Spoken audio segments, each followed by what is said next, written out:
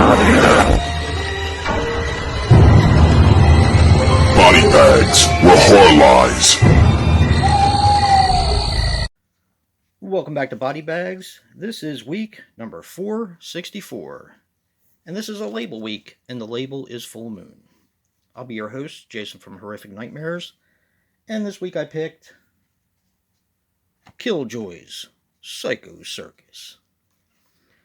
Killjoy's Psycho Circus is a 2016 film which runs approximately 86 minutes, and it's written and directed by John Lechago. He was responsible for Killjoy 3, Killjoy Goes to Hell, Feast of Fear, and Bioslime. Now this stars Trent Haga as Killjoy. He was in Bad Match, Tales of Halloween, and Starry Eyes. Victoria DeMarc as Batty Boop. She was in Monster Party, The Black Room, and The Holy Man. And Tai Chan Go as Freak Show.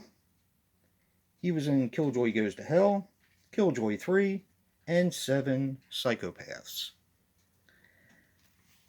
Okay, now Killjoy 3, actually 2, 3, and Goes to Hell was all done by my friend Brad from Bronco Juggalo Talks Movies. He never had a chance to do this one for Body Bags, so I'm going to finish out the series. And we actually have another one coming up later on in the month from one of our reviewers. Killjoy's Psycho Circus takes place directly after Killjoy Goes to Hell, which is, in my opinion, probably the best movie in the franchise. This one, you can really tell, was done on the cheap. But it also didn't take away from how much I enjoyed the film. Granted, I still don't think it's as good as Part 3 or Goes to Hell, but I did like it for what it was. Okay. So, Killjoy and his crew, which is Batty Boop, Punchy, and Freak Show, end up on Earth as they did at the end of Killjoy Goes to Hell. Now Killjoy has his own television show called Killjoy's Psycho Circus. And it is basically a talk show where Killjoy is Killjoy, more or less. And he has special guests. Some of them are quite clever. Like Trent Haga, who plays Killjoy, is one of his guests. So they do the whole split screen thing. And they do it extremely well. And it was pretty funny.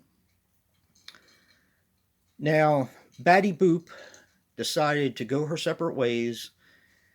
And a lot of the fans are aggravated because they want the original Batty Boop. Because they have a imitation on the show now. And she does a fairly decent job. She's actually Luann from Part 3 and Goes to Hell. So she does a halfway decent job, but fans want the real Batty Boop because the ratings are starting to fail. Meanwhile, you have Beelzebub, who Killjoy escaped from in Killjoy Goes to Hell. He is being looked down upon by all the other demons and saying that he must make Killjoy pay for what he's done and eliminate him altogether. Because since Killjoy has escaped and went back down to Earth, they are semi-mortal. Okay.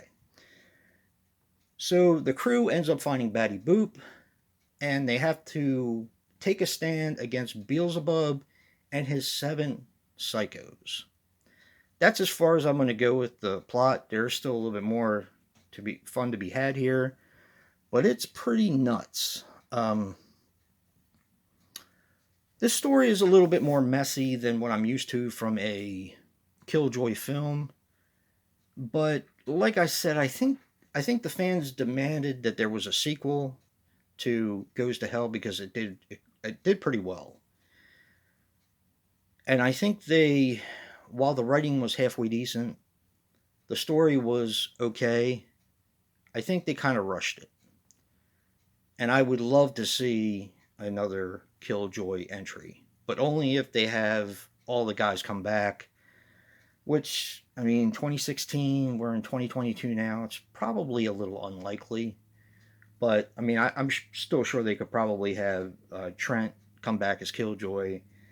Um, I'm sure Punchy could come back and Freak Show could come back as well. But Batty Boop, I don't know. I mean, those of you who have seen the Killjoy films know that she is basically naked and she's just painted. Her all her makeup's painted on her body. The only thing she has is some like leg warmers and stuff on her arms. So if you're not in shape, I don't think she could come back and play Batty Boop. And I would not like to see anyone else play it because I think she does a great job. This was a really fun movie. Definitely worth a watch. Definitely a little on the cheaper end from Full Moon. And I do have a question if anyone is watching this and has anyone in the know. They did seem to have like a sponsorship in the film, and it was Adam and Eve, which sells adult products. And my question is, does Full Moon own Adam and Eve? Does Adam and Eve own Full Moon? Do they have some kind of a weird partnership? Wouldn't surprise me, but I'm not really sure how that kind of falls into place. But they're mentioned several times in the film, and there's even a commercial.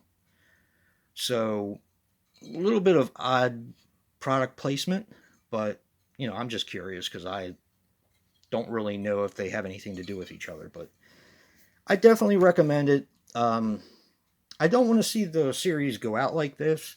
I think there's one more left in them, even if Batty Boop doesn't come back.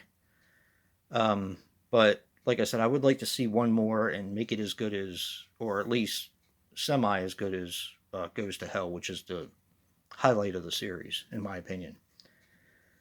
So, yeah, take that for what it's worth. And if you like what you see in here, hit that like button and subscribe.